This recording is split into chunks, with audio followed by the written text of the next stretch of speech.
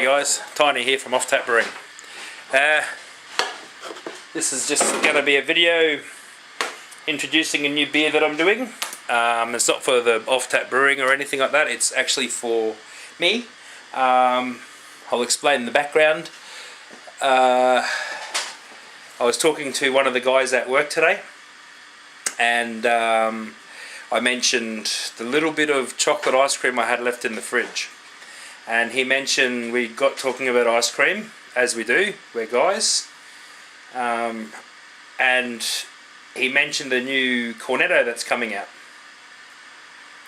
And it's a banana honey Cornetto. And I thought, banana and honey, that is awesome. So, what I've got is 6 kilos of Maris Otter, 500 grams of Crystal 60, 500 to 600 grams of chocolate malt, the same stuff that Katie used, and 1 kilo of honey, and 2 kilos of bananas, and 3 boxes of waffle cones. Pardon me.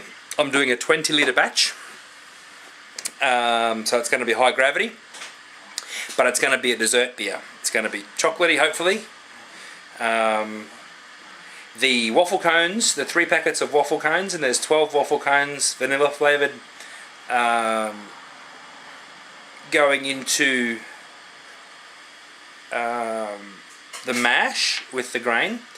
And then I'm going to let the bananas ripen till they're blackening, so they get that really nice banana flavour in there. Then I'm just going to mash the bananas up and add them in as like a dry hop addition. I'm just going to add mashed banana in, and in some, you know, in after the fermentation has finished. And that's also when I'm going to add the kilo of honey. So the honey is going to bring the sweetness out, put the sweetness in for the chocolate malt.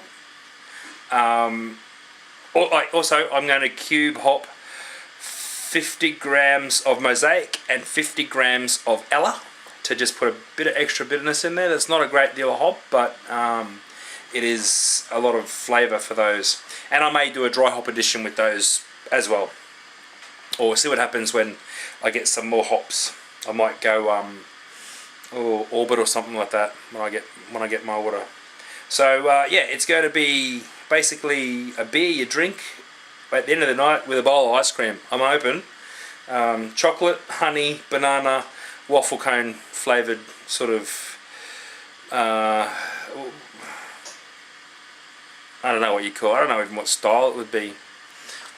Maybe I'm gonna make a new style of beer. Freaking awesome! Let's see. Alright guys, we've got the grain in, got the mash happening. Now I'm just going to add the secret ingredient.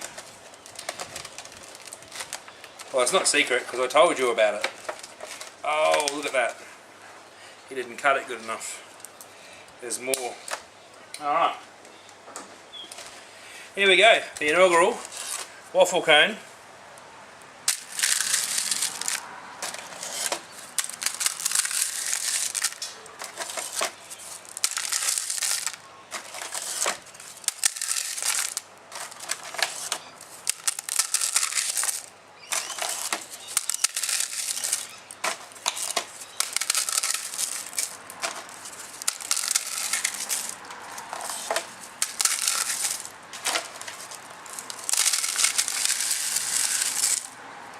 Alright, you don't need to see all 3 packets going in, but be assured they are.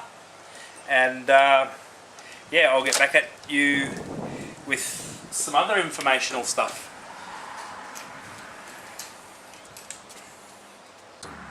Okay, there it is.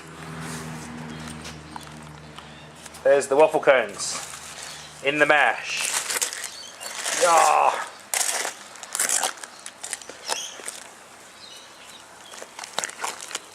Just go stir those bad buggers in. Now what's 3 times 12? What's 3 times 12? 12, 24, 36. That works for me. 36 waffle cones in there. Having a blonde moment. Hopefully we can just seep out some of the flavours of those cones. So let's check our temperature. Oh, we are down to, I should show you that. We're still a little bit high for me, so I'll keep stirring. Alright. Okay, we're up to that crucial stage of brewing where the wife just walks out and goes blah blah blah blah blah. No. We're up to the crucial stage of brewing where we've pulled the mash out and I've got my sparge water going, but classic off-tap brewing style. None of it's happening at the right time.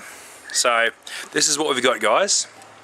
We've got the mash sitting in there and I'm going to sparge into that because my volume is probably lower than what I want, but because it's a big grain bill, I need to sparge. I want to rinse some of those sugars out, and we've got some sparge water heating up, as you can see that going there. The smell is absolutely amazing. If you could seriously imagine eating a chocolate ice cream waffle cone that has melted and gone all soggy, that's what I'm smelling here, and it is absolutely unbelievable. And people think I'm crazy, so you know, it is what it is.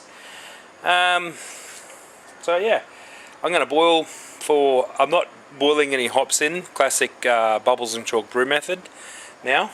I'm going to go,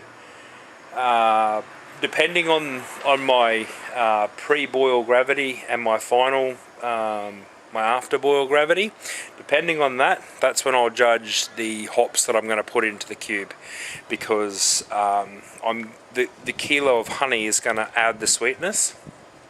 So, and the fact that I'm doing a very high volume will also have to be in consideration for balance. I don't want to over bitter beer, I don't want to over sweet beer, I don't want an over alcohol beer, so I'm trying to compensate for everything. So there's nothing written down as to what, where and why until I get the after boil gravity.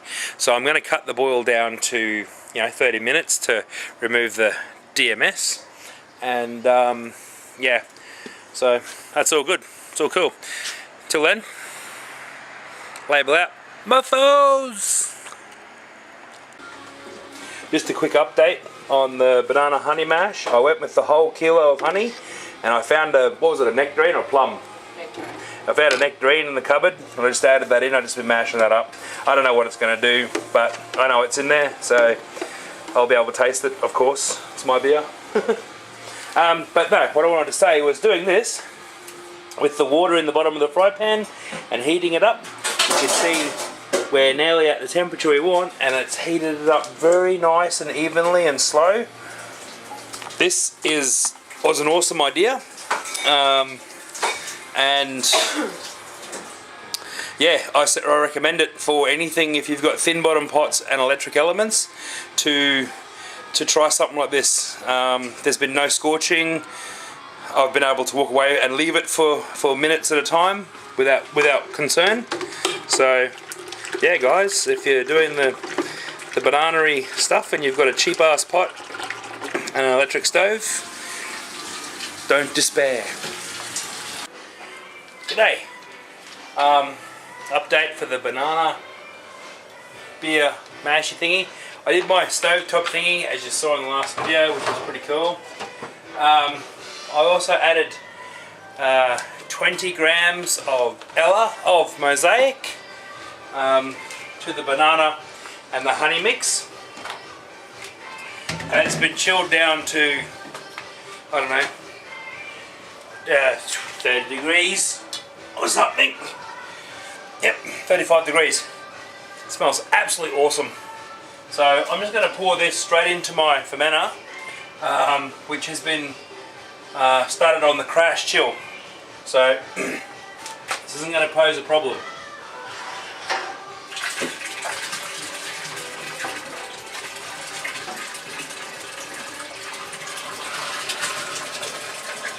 Whoops. I suppose the problem is the fact that it's going everywhere.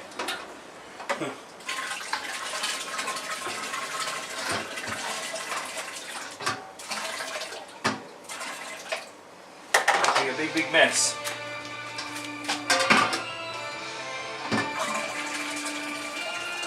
Awesome stuff. Now,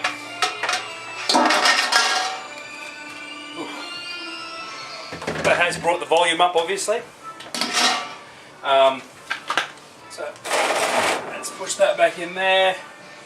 Put the lid back on it and let it crash chill. And accept all that banana and honey. This is going to be an amazing beer, let me tell you. If it's not, then people will still drink it, and I'll tell them it's amazing. Let's go. G'day guys. Just out here running some hot water tests on my new little pump, one of my new pumps, and no leaks at full temperature, so I am absolutely stoked. But that's not the purpose of this video. The purpose of this video was an update on my banana, waffle cone, honey, chocolate malt brew. Day 2 in the keg. Yep, murky as murky can be. It's chocolate coloured, with a chocolate coloured head, and banana chunks in it. Smells chocolatey. It's alright, smells chocolatey, smells roasty. Yesterday I tasted it, day 1 in the keg, gross, absolutely disgusting. Day 2, this is my second glass. We're running high 8s to 9s on this quarter mile.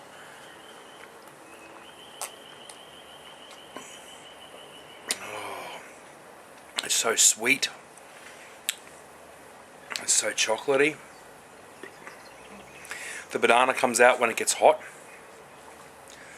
And basically when it hits your stomach and your stomach heats it up, and you burp, the burp's banana, which is awesome, absolutely awesome. I didn't let the honey ferment out. I added the honey. This is, you could not bottle this beer. You could not bottle condition this beer, or let it get hot for that matter, because I think the yeast remains in suspension will attack the sugar from the banana and the honey. But as it is as a keg beer, freaking awesome. I'm definitely going to do this again. I gave Katie a little try, and she definitely recommended, she said more waffle cones on the next beer, more waffle cones. So I think I might increase the waffle cone ratio from 3 packets to like 10 or something. Definitely do this again, and in doing this again, I will strain the banana pulp, because I just added the banana and the honey that I boiled it in, not boiled it in, but pasteurised it in. I did just pour all that in. Now that all the banana floated on the top, which made it impossible to dry hop. I did throw a handful of dry hops in there, of pellet hops in there, but and then I stirred it and they just all ended up on the top. They just came straight through the banana and didn't even get wet. So yeah, next time, lesson learned. But definitely guys, try the fruit to your beer. Magic brew. So I'll wait till it's carved properly. And then yeah, take it to some guys at work. I think they'll be impressed. They looked at me sideways when I said I'm going to throw waffle cones and bananas and honey and blah blah blah into a beer, and I'm going to call it a dessert beer. Well, I like fruit for breakfast too. Cheers guys, give it a go.